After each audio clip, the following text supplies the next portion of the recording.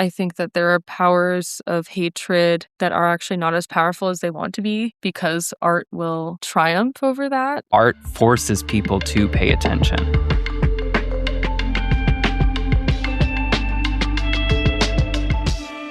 Hello and welcome to Mercurial Musings, Episode 2, Death, Art, and Life. Today I'll be interviewing one of my friends and originally was a client, Claudia Vincent. She is an artist in the DMV that is also a mortician, so who better to talk about the intersection of these two topics? So Claudia is an artist and mortician living in Alexandria, Virginia, who completed her Bachelor's of Fine Arts in painting and printmaking with a minor in art history. Her most recent passion project, the Still Life Drawing Sessions, involves creating spaces for the local community to create art in a place that is typically reserved for death and mourning. Her work really inspires me to analyze my relationship with creation and death itself, and I wanted to introduce not only my audience to it, but the growing audience of Three Cup Circle and this podcast. Hi, thank you so much for having me. I was really inspired to create this episode because of my work with the tarot, and I know that you're obsessed with astrology. I know that you're obsessed with metaphysics as well. I want my audience, though, to get to know you a little bit more before we dive into the core of our conversation today. Briefly introduce yourself, maybe why you do art, and what does art mean to you? For me, it's so intuitive. I don't know myself ever not participating in some sort of art making. When I was a little kid, I had the privilege of my grandfather, who has since passed. When I was about 3 years old, I was holding a pencil a certain way, and he told my dad she's going to be an artist. And my dad was like, no way, she's going to play soccer. And typical. And then through time, it was just something that I gravitated to naturally. No one could get me away from it. I would be running up to my dad on the soccer field like, Dad, I just want to do art classes. And he'd be like, fine. And my grandpa, he was a painter, and his mother was a painter. And he would pick me up from school, kindergarten, with a big Plaza bag. And Plaza is where I went to get all my art supplies in art school. So it's to pick up a kindergartner and be like, okay, you have the best tools ever. It's so funny. And it starts with someone really seeing it within you, identifying it, and encouraging it. And I don't remember not having some sort of art making tool in my hands. And then he ended up passing away when I was 6 years old, and it was the first time I knew grief. It's hit me like a truck. I was inconsolable, and it's honestly I feel like I became really sentient in that time too. So I was kind of set up for a way to deal with those big feelings before those big feelings happened, because he introduced artistry to me. It's so much so to the point where at his funeral, which is funny, it was at one of the funeral homes I work at. Oh my gosh. I know, everything's full circle with me. Yeah, for sure. When I had a meltdown, apparently, and to make me feel better at the funeral home, they let me draw on pieces of paper, and they'd cut it, and we put it on his urn before it was buried. So for me, formatively, art as a means of coping with death and loss, that happened so early for me that it's just so ingrained. And I didn't really realize the gravity of that on my psyche until I actually dove deep into this career and integrated my artistry within it, because I had kind of a crisis of, after art school, the pandemic happened, and I dove into mortuary science. I was like, oh God, am I leaving my artist self behind? But there is no such thing. So oil paint is my main medium. I draw, I paint. Sometimes I'll do a little collage, I'll do multimedia, but it's a compulsion. I think Frank Ocean, a fellow Scorpio Sun, Sagittarius rising, put it in one of my favorite terms is art making is, I do it for sport. Oh, it's I'm competitive. Sorry, Dad, I traded soccer for this sport. Yes, but it's almost I'm competitive with myself every time I make art, because I've never reached a point of I've made the piece, I'm done. It's just this thing that you're always chasing, and it's it's so transcendental that you're never finished with it, and you're always growing with what you want out of an art piece. And it's kind of like my rock. It's art making is my main sense of self, and it's my rock of being in this existence. So yeah, I mean, it makes sense that so much of yourself would be tied up in art, especially with you saying that almost like the moment you started gaining consciousness, you were also grieving, and you were also figuring out ways to use these tools to get you through grief, which is so embedded in your birth chart. I find that a lot of Scorpio suns, in some way or another, before they're like 12, there's like this big grieving moment. And then with, your Sagittarius rising being your guiding light out of that, Sagittarius is art. It is adventure. It is the journey. And I think that art is a different form of the spiritual journey. It's not chasing, going to this country or that country like we would typically think of Sagittarius, but Sagittarius using art as a journey to transcend their consciousness, to transcend and gain access to spiritual information that isn't possible without sitting down and creating sacred space for creating. Yeah, it almost feels like a tunnel inwards. So it's like the escapism is so internal instead of like the Sagittarian escapism to like flee to another place, like something material and like booking a plane ticket. It's like, okay, like I'm going to go into the tunnel of my mind. Yeah, no, really. And I'm going to access like really strange thought patterns and memories until they morph, and then I'm going to see things like you kind of like opened up your mind's eye. And I think that's almost the most sensual part of art making, is like you're chasing this internal visual that only you have mental access to, and you're using these earthly materials to manipulate and maneuver to really translate that and show the outside what is going on the inside. And sometimes you make something completely different. Sometimes you hit the nail on the head. Sometimes you don't. But like the mental chase of that world, that internal vision is so sexy. I don't know how else to say it. Of It's like course, I want Scorpio. it so bad. Yeah.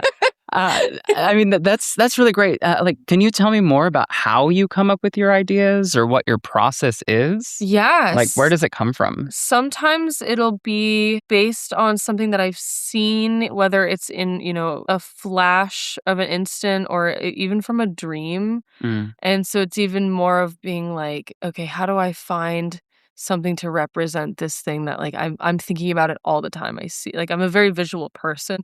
There's something so lush and like textural happening with something that you want to convey. It's almost like a mishmash of references and resources and ideas, and then kind of compiling them into what feels like it would make the most sense, if that makes sense.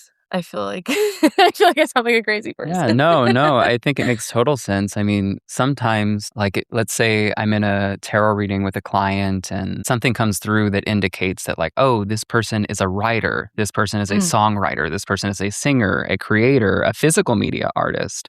So just, while we're having this conversation, to listeners, keep in mind that this goes for all forms of art. The conversations that we're having, they can apply to you as a writer. They can apply to you as whatever kind of creator that you are. But one of the biggest advices that I will get for people with blockages in whatever form of art they are trying to create is to go out and see other people's art. Yes. Like, go to museums, go see things, go, take in new, and again, there's the idea of Sagittarius again, right? Where it's like you're going somewhere to visually take in something so that you can alchemize it and transmute it and turn it into something new. So no, you don't sound like a crazy person. I totally agree with you that art exists in the channel. Yes. And so it's the same channel that I'm using to get information. It's the same channel if you're an Akashic Records reader, if you're a musician and you just get lost in the music, if you're an artist and you get lost in the brushstrokes, right? It's all a similar energy, and it's that flow state. It's that I believe it's chasing down that flow state. I really like the part that you mentioned about consuming art when you are in a blockage, because for me, that's doing your research. That's like your due diligence, because in a timeline of art making, everything is reacting to what's already been done before, and you're making a new edition of, knowing more than the artists in the 60s, or having access to different cultural contexts and shifts in history and politics. So when I'm not actively creating something, or maybe my channel is rested, going to the art museum and sitting and taking a look, sketching what's already been made before, as a way to kind of keep the muscle moving of the motor skill of making sure my eye and my hand are connected. But it's almost like, okay, I'm studying what's been done to sharpen up what I'm doing now. So, in regards to gaining inspiration, like, what inspires your channel? Like, are there any artists that you gravitate towards or are inspired by regularly, or maybe have affected you in your career as an artist? Oh, 100%. There's so many mediums of mediums. I mean, So many mediums of art that will inspire me. So it's funny that even like the art that I make doesn't look anything like the art that I feel the most inspired by, which I kind of like. Honestly, music is one of the biggest inspirations. Film, um, more abstract painters, I'm jealous of them because mhm, I feel that they're more free than me. Um, Particularly Hilma af Klimt. She is very upfront about her participation with mediumship and communication with the spiritual world and translating the spiritual truths. So I learned about her in art school, and I've just been so wowed by her. I've seen some of her work in person, photography, textiles. I mean, there's just something so lush about walking through an art museum and, like, looking at a painting and be like, I wanna eat that." Like, like, oh it's my like, God. Yes. like, the paint looks so good. Like, there's something, like, activating of the senses for hmm me. Like, I get really, like, excited about, um, like, diving into a world that someone has let me have access to. I love this idea of eating the art I d piece. I It links it to Venus, I right? do this This all the time. Venusian I indulgence love of, color inspiring the other senses. We've been talking about the planets, so of course I'm thinking about Venus right now. Tell me more about Hilda Klimt. You said she was a medium? Yeah, so she would do these really cool sessions with groups of women. They were seances, and they would commune with the spirits. I read a source recently, so these are not my words, but I really liked how it was put, that she would be commissioned by the spirits, and that's how her paintings would arise. But she was practicing in the late 1800s. I think she was born in the 1860s, I want to say, but she lived till 1944. So she was way ahead of her time. And that's also kind of, when you think about the history of women, feminism, and all the things that we've gone through, Mm. to be a woman communing with the dead and then painting about it in her era is just so not what women were seen to be, supposed to be doing. She was on her own path, and she communicated what she felt was the truth, and she locked her paintings away for 20 years. So I think she had a will or something for her nephew. She didn't have children. He had all of her work, and there were explicit notes that, the world is not ready for what I have visually created and translated from the spiritual world until 20 years after I die. Hold on to these. And then from there, from the 60s onwards, there's been multiple wavering interests in art history where I think more of her work is found or more of her work is highlighted, and everyone's just so in awe of her. You just feel her spirit every time. She feels so present, dare I say, still alive with her paintings. There's something so cool, like she's a ghost in them, I feel. She's just so powerful. That is the central theme that I really want to get to. This idea of death and temperance, 13 and 14 in the Major Arcana. Fixed water, Scorpio energy in the death card. can be overcome or leads to mutable fire energy, this fire that is creative and ever moving and can inspire you. How can art transmute the feelings of death? And, taking it a step further, how can art help you face your demons? The next card after would be the devil. But Claudia, you're a mortician. You are steeped in this world of helping people with their loved ones crossing this line that is so mysterious. And in the same way, as an artist, you're channeling this line that is so mysterious. So I just want to know some of your thoughts on this intangible link between death and art. I mean, it takes such a village to honor one person. And every act is a participation of artistry, in my opinion. You have someone who writes the obituary, you have someone ironing linens to lay out, choosing the clothing they're going to wear, cosmetizing, putting makeup on them, doing their hair. Everything is a little type of creative act. It really is using the creative part of your brain to move through the scary confrontation of death, almost to do tasks. This is my Virgo Mars, to get you through that hardship. In the psychology of death and dying, one of the things that we studied in mortuary school was the idea that to have a healthy brain during the devastation of loss, the human mind does need a task, and a creative task is the most fulfilling and emotionally reflective way you can handle something as powerful as loss. I mean, you can't bring anybody back. You cannot control death. It's the biggest loss of control anybody can go through, whether the decedent or the grieving party. But while you can't do that, you can decorate. You can use that love in your heart to make programs. I mean, slideshows even. There's photography involved, picking out the flowers. Some people create their own bouquets. Some people want to participate so extremely. Some people are making paintings of the previous pictures of their loved ones back when they want to see them how they want to represent their loved ones in their best light. I mean, so many creative parts of the brain are activated with grief because you are naturally looking to bring this person back in some capacity. We cannot cheat death. We cannot resolve death, but we can make new things, make new art pieces. It's giving you a sense of control where you've absolutely lost all of it. Death is very, very cruel in that way. It takes so much. It takes. But it activates that sense of giving back and honoring of who you lost. And it's a creative endeavor to support each other. It's very communal. People show up for each other in creative ways. 100%. I think about the idea of an ofrenda, like helping you get through the grief. In Mexican culture, this idea of mixing floristry and baking and photography to help with mourning, to help with brightening up these fixed water things, these emotions that are unavoidable in life. I know that one of the things that you studied in your undergrad was how art was used for the grieving individuals of the AIDS epidemic. Can you tell me more about how art helps people with grief?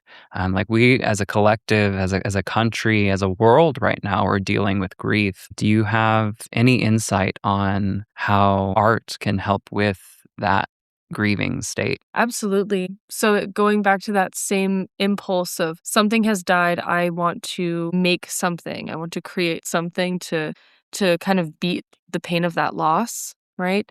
Art becomes a vehicle for memorialization, which can also lead to a sense of seeking justice through activism. So a lot of my art historical interests back when I was in school is a lot of the study of artists who either they themselves lost their own lives to AIDS, unfortunately, or experienced many losses of people that they loved, their friends, family, partners to the AIDS disease, and the incredible ways that people could turn to art making as a means to live past the confines of time. One of my favorite examples of that is the AIDS memorial quilts that became something first for people to have a very tactile way of moving through grief, right? Like you're sewing and doing multimedia, you're working with your hands. That's a very mind-body activity to keep somebody active. And a lot of these quilts had people's names or pictures of them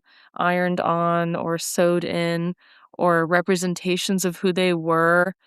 And it became a movement so large that, I mean, thousands of them were created, and they were placed on the lawn here in DC to really prove a point, because this is during a time when oppressed people's voices were being mocked by the Reagan administration. People were not being helped. Research was being hindered, and people were dying by the thousands. So the collective pain through art making created hyper visibility for people who were dying alone. And this is also something that led me into wanting to participate in death care, was in seeing the photography of the AIDS epidemic, or the artistry by David von Urowitz or Felix Gonzalez Torres, to name two of many. There was also something really hard about abandoned funerals were a big piece of this, or people not having funerals due to shame, or people being ousted and not claimed due to homophobia from their own loved ones. So being able to know about these people because of the art made about them, it hinders them from being forgotten. Triumph over that, if that makes sense. Well, yeah, once something is physical, like, you have to look at it. Like especially something the size of the lawn, right? Incredible. It forces things into the point of view of anyone, not just those that are paying attention, but art forces people to pay attention. It has this ability to take these emotions and this internal world and make it physical. So it's like, look at this, because these are real things that real people are dealing with, or these are real emotions that I am going through. It's so important to take the context and the history of an artist into their art making, because there's always communication happening. And that's what really links this conversation to the Mercurial musings. Mercury is the planet of conversation. It's also the planet of queerness. And I don't think that art exists without queerness. Oh, 100%. Can you tell me, like, some of your opinions on that? What do you think when I say that art is queer? Oh, absolutely. We wouldn't have any artistry without queer people. Queer people are the pioneer of what is forward thinking and expressive, whether it's in fashion or film or painting. Everything comes from the creativity of being queer. I mean, being queer means making your own sense of what love looks like out of the confines of something so oppressive as the heteronormative patriarchy. So, I mean, being queer in itself is like, you get to create how you want love to look like for you, outside of any bounds of what the culture at large is telling you is the norm. So I think that even being queer and knowing how to love in a queer way, you're halfway there to being an artist. Now you just need your medium of how you express that creativity. Which makes me think of Sagittarius. Yeah. like going against what is set in stone. That mutable fire is like, actually. Absolutely. It's very rebellious. And all of the best memorable art movements are rebellious in nature. Even in that rebellion, going against the grain politically, our art is how we get to know these people that passed away. Nobody died in vain. It's a refusal for them to be forgotten. There are so many people that we wouldn't have gotten to know unless they made art about it before they died. So through that rebellion and through that art making, no one ever really does die. Yeah. Art does have the ability to make people immortal, which is why I believe that in the series of the Major Arcana, Temperance is after death. That is why art is after death. It has a way of helping you get past all of the grief and emotions and stuff, but it also has a way of transcending death. It has a way of keeping something alive through the power of alchemy, through creating something from your thoughts and saying, hey, this is here, this is what I thought, and this is going to be carried forward through history. I mean, think about all of the interpretations of like historical events that exist even in like the portrait gallery alone, right? And it's like we wouldn't know some of the details of that history without art. So we're in the 21st century. We have AI kind of taking over, but because I have you here, you're an artist. AI is a current reality and it is like quote unquote inevitable, even though I think that's bullshit. Can you tell me, like, as an artist, how does AI make you feel right now? Permission to just really take that question and go wherever you want with it. But from the point of view of an artist, can you just, what's going through your mind? Oh, I have feelings, and I have big feelings. I will say, so back when I was in art school, I went 2015 to 2019. In my painting classes, my professors would print out these articles about the threat of AI, and I remember being like, this is just some bullshit Grimes is talking about on Twitter. It's not, this can't be right. There's no way. Surely, as a human race, we are smarter than this. And then I'm disappointed to, I was into the denial stage originally. And now that we are here where AI is thrusted upon us in literally every corner, even Google, you can't ask a simple question without getting an AI overview when that's not what I wanted. This absolute assault to our sensibility and intelligence is making people lazier. It's making people trust a little too easily what's in front of them. We're going to be going a little bit backwards with our critical thinking. And also it's making disgusting imagery. There are people using AI for literal evil with some visuals that are being made, but also people are just taking shortcuts on stupid little posters that they want to make. They could have hired a graphic designer that they know. They could have hired an illustrator to make a logo, but now people are going to ChatGPT and Claude and whatever and just closing that channel and foregoing any labor of artistry. It's almost like people want a quick fix and they just want the product before the process. It's almost abandoning the entire artistic process. People's jobs are being impacted.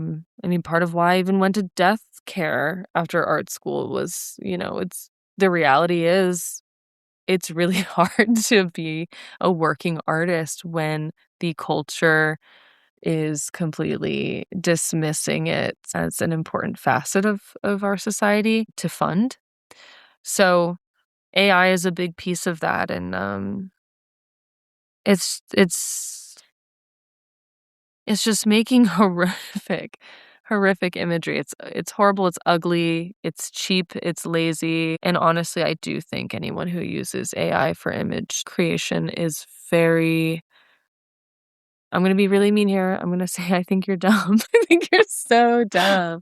I'm getting mad. It's just an insult to all that is sacred with art making and artistry. I mean, I agree with you. I mean, my audience, I think at this point, the last year, knows how I feel about AI. It cannot create, right? And that's the issue, is that people are calling it like creative, generative AI, but art seeks to create. AI eliminates and suppresses. And I think that is very important, especially for creators, people in the wellness industry, like not calling anybody specifically out, but these posters that you're using, there is a garishness to them. And it's very obvious because there's no sacrifice and there's no journey of that creation. It is taking from others and claiming it as its own journey, which again, this idea of art and Sagittarius, and it is about the journey. It's the same thing as somebody saying, this is, blanket statement about the world, but they've done nothing to learn about it or endure a journey to get to that conclusion. And that's the same thing with like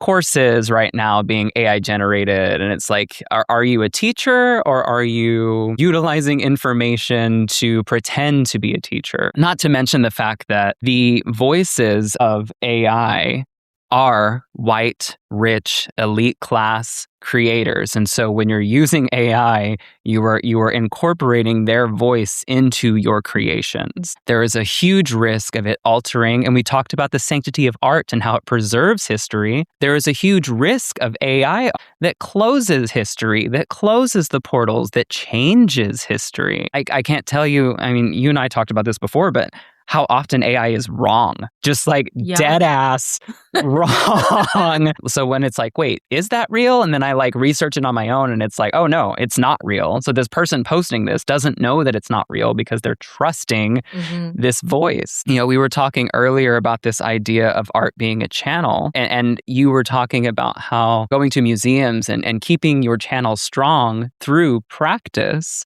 If we're not practicing our channel, we're closing portals. We are eliminating this connection to the art realm, the psychic realm, the mystical realm. And so, especially when I see like people in the spiritual industry utilizing AI, it's like, girl, you're closing your channel. Oh, I would never go to a spiritual practitioner that uses AI. It's just that tells me all that I need to know. Yeah, it's really unfortunate. Do you have any advice for artists that are, you know, in the same situation that you are, regarding this AI, not takeover, but virus? Yeah, no, I mean, I think keep fighting it, be more DIY with it. I mean, one little feel that I'm doing something against AI is hosting still life art sessions at my funeral home. Well, not my funeral home, at the funeral home. It is not mine, but I work there. Just giving real spaces of real community and kind of kicking it old school. We know what works well. Having people with access to materials, access to a space and time, and kind of trying to gather more people to really create art in the way art was meant to be created. I think also sharing your work is probably really risky right now. I have a lot of anxiety about that since AI is taking from anything that's posted on the internet. There is a deep anxiety. I've started signing my paintings differently. I used to just put C. Vincent. Now I'm doing like a cursive of my full name, trying to think like, okay, maybe that won't be as replicatable, if that's a word. By AI, it changes how I post, how often I post my work. It changes my sense of trust in trying to share my work, but I refuse to let it win. I refuse to let AI win. And it's made me more excited about interacting with my art in the simple way of just putting my art on the wall and showing people. Like, I have the little gallery showing thing happening in July. That's so exciting. Yeah, that's a piece of like, apply to have your work seen in person. I love that. I dabble in art. I am an artist. I'll claim it because we all are artists, right? As humans, we are inherently creative beings. We all have a connection to Venus. We all have a channel through Mercury. But I love this idea of getting your art seen in physical person. Because, when AI was invented, I went through and deleted like a lot of stuff that was just like simple designs that I knew could be easily copied. Because it felt like... it felt intrusive. It felt like, honestly, I'm just going to say it. It felt like rape. Like it 100%. Felt like my visual mind, these things, these symbols that were coming through me were on display to be taken by anybody. Right, without consent. Without consent. It was automatic consent. It was the assumption of consent. Just because you posted this, just because you dressed that way, right? It's up for the taking. And that's such a scary thing because it's so vulnerable to share something that you have spent time thinking, creating, and then making. And, making a piece. I mean, since, I'm an oil painter, so... Oh, time. Time is, heavy on the time. And the layers, like some of the times I have the most excitement of any art piece I make is when I'm in the becoming stage where I'm like, I see what this is before it's there. It's not finished yet. So when something's replicated like through AI, it's like you completely miss that magic. Yeah, there's no sacrifice, because one of the things I was thinking of earlier, brushstroke after brushstroke, every time you add a little bit more paint, you are eliminating the paint underneath. And so there is a sacrifice, there is a death. Art is risky. And without that journey of like, oh, do I add that one line right there or do I not? you don't learn. You have to kill your darlings sometimes. That's what we would always say. Like, girl, let go. Yeah. You have to kill that thing that you are so attached to for the greater good. And it's like, this knife to my chest.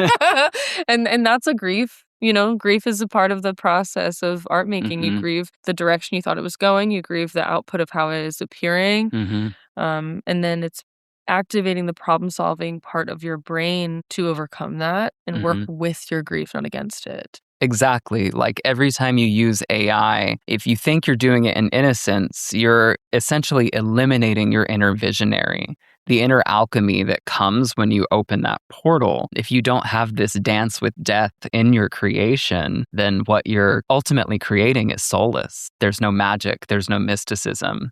You're preventing the wisdom of your dead ancestors from coming to you and saying, hey, do this, or hey, create this. You are forcing yourself into a stale, lifeless experience that is stripping you of your magic every time you use AI. 100%. So real quick before we go on, something that has always fascinated me, and again, this podcast is a devotion to the planet Mercury, and the planet Mercury loves labeling things and naming things. So what goes into, or what is your process for naming a piece? Like, I'm looking through some of your art right now, and there's just such interesting names. Can you tell me a little bit about that? Like, what goes on? What's the process? Oh my God. Okay, so I will say, and maybe people are going to agree with this, naming a piece is actually more vulnerable than the visual that I've displayed. So sometimes in true Sagittarius Mercury fashion, I will use humors. Like that painting I have of my friend's really shitty Morrissey tattoo that he hates. He hates that tattoo. He hates Morrissey so much. So titling it a song from the Smiths, it's like, heaven knows I'm miserable now. Like sometimes I'll play with humor to get around the fact that I'm so vulnerable right now being asked to name such a thing. But then sometimes I do have words that like come to me that feel right, like the painting of the casket, just levitation. It takes the painting from looking like it's, as you mentioned, back rooms. No, it looks like a backrooms monster is trying to get me, like it's just tucked in the corner. And it is, isn't it? But like it kind of, the title is what makes something a little less like, it's not an eerie, inventory of a funeral home. Like, titling it something like levitation, it shows you that we're in a spiritual conversation with the representation in front of you. So sometimes the title is kind of what reels you into the way to look at something. And sometimes it can be quite literal. I used to be famous for my untitles because I was like running away from the titles. I was like, no, you can't catch me. It's like, how do I sum this up? That my thoughts are so loud and cluttered. What do you mean one word or like one phrase? Or safe to soften? Sometimes I'll get titles from things I've heard that I've liked. Safe to Soften was actually from Michelle. So I was doing a course on parts work with Michelle, our dear friend and amazing practitioner. But she said the word safe to soften when she was guiding us into like a meditation at first. And I remember I wrote it down while my eyes were closed and I just really liked it. So I always had it in the back of my mind of like, I just love that term. And also I just believed her when she said it. So when I did a painting and I was thinking about the literal anatomy that was exciting to me, I was thinking about fascia, like connective tissue, like safe to soften your body. So sometimes I'll be taking from things that I've heard and just really liked and applying it to kind of how I see the world and where I feel it. It's almost like it's channeled.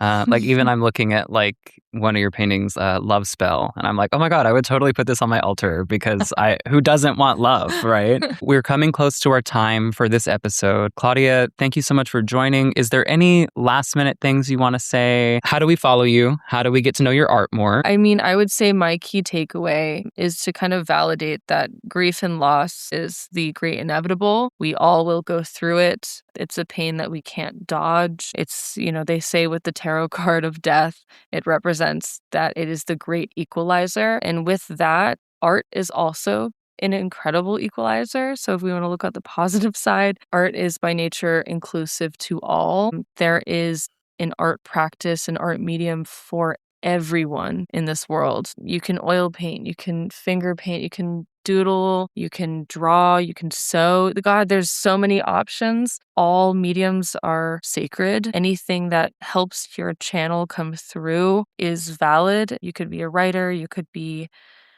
you could be anything. You could be a singer. There's just something out there for everyone to access and feel fulfilled by. And so I do want to encourage everybody to please reach for your art tools. They will save you. Your voice is worth being heard and expressed. And to follow me, I have an Instagram. I haven't really gotten into making a website. I'm very lazy. But my Instagram is at Claudia Vincent Art. And sometimes I use that account to not only share and post my own art, but I also love following artists and kind of sharing everyday art pieces that I just am so excited by and sharing to my followers. Oh, it's a living museum. I love it. Thank you. It scratches the art history curation part of my brain. And my favorite thing is I'll get DMs from people that I don't know being like, I love the choices that you posted today. I'm like, yes, exactly. It's my favorite thing to share art and post art. I post there of when I have my art events here in Old Town Alexandria. We try and do once a month. Again, I am battling the scheduling around death in that space, so it's never going to be exact or consistent. So you'll either see them in a poster in Old Town DIY style, or you'll see it on my Instagram. I also wanted to mention that Claudia is going to be featured at Made in Alexandria on King Street starting July 10th. She'll be selling prints and originals, and there is going to be an event on the 10th from 5 to 7 where people can come in and gather in community to check out the art. She will be on view through August 30th. So yeah, everyone is an artist. Come to the Still Life drawings. Thank you so much for being here with me today. I'm so happy to introduce you to all of my audience, and thank you so much. Thank you. I am also excited to announce that Claudia and I will be partnering together on a fusion of sound and art. You will be listening to the beautiful sounds of Tibetan bowls while playing with an artistic medium of your choice. We're excited to be offering that next month. The date is still being selected, so definitely make sure to follow at Claudia Vincent Art or at Aster Soluna to keep up with those events if you live in the DMV, which links us perfectly to our next episode, which is about sound healing and ancestral connection. I'll be interviewing 2 sound healers in the area. One of them is a DJ that might be healing you without you even knowing, and the other is a more traditional sound healer that utilizes drums, singing bowls, and her gorgeous voice to help you with your healing process. I'm excited to talk to those 2 and to share even more beautiful souls with you through this podcast. Thank you so much for listening. Have a beautiful day.